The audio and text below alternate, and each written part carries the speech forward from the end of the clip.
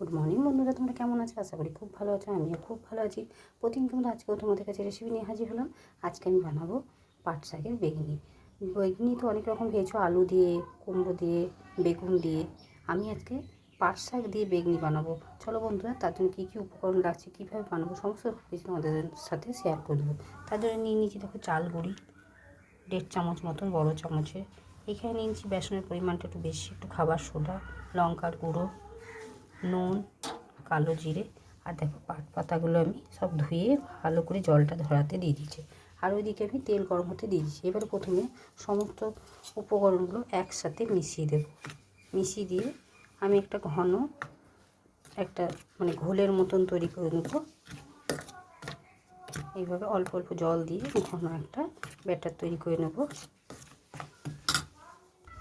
দেখো বন্ধুরা, আমি বেসনটা দেখো খুব ভালো মতন, দেখো এইরকম ঘনত্ব জড়িতে ভালো মতন মাখিয়ে নিলাম, মিক্স করে জল দিয়ে আমি মাখিয়ে নিলাম।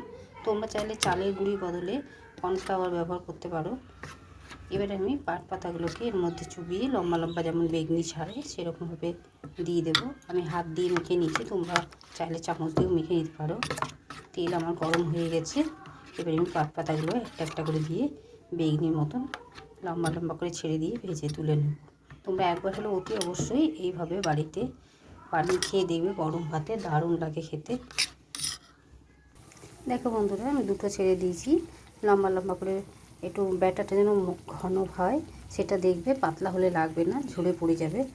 এইভাবে আমি এপিট ওপিট করে খুব ভালো করে ভেজে নেব। খেতেও দারুণ লাগে। দেখো আওয়াজটা বুঝতেই পারছো কতটা মুচমুচে ভাব এসছে। আর আমি গ্যাসের আঁচটা আমি মিডিয়ামে রেখেছি।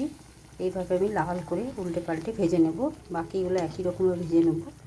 এগুলো আমি তুলে নেব। দেখো বন্ধুরা, আরও একটা দিয়ে দিচ্ছি। এইভাবে এপিট ওপিট করে যেরকম বেগুনি ভাজা হয় সেইভাবে বেসনে চুবিয়ে নিতে হবে।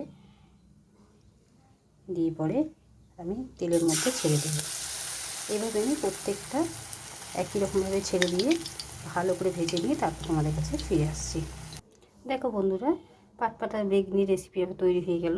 আর কতটা দেখো আওয়াজ পাচ্ছ, কতটা মুচমুচে হয়েছে, আর দেখতে কতটা সুন্দর, আর খেতেও ততটা সুন্দর হবে।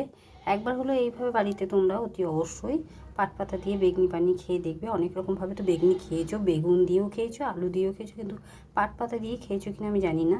তবে একবার হলেও পাট পাতা দিয়ে বেগনি বানিয়ে খেয়ে দেখবে, দারুণ লাগে, অসাধারণ টেস্ট লাগে। আর গরম ভাতে তো দারুণ লাগবে। ভালো লাগলে লাইক, শেয়ার এবং চ্যানেলটিকে সাবস্ক্রাইব করে দিয়ে আমার পাশে থাকবে বন্ধুরা। আর সবাইকে শেয়ার করে দেবে বন্ধুরা।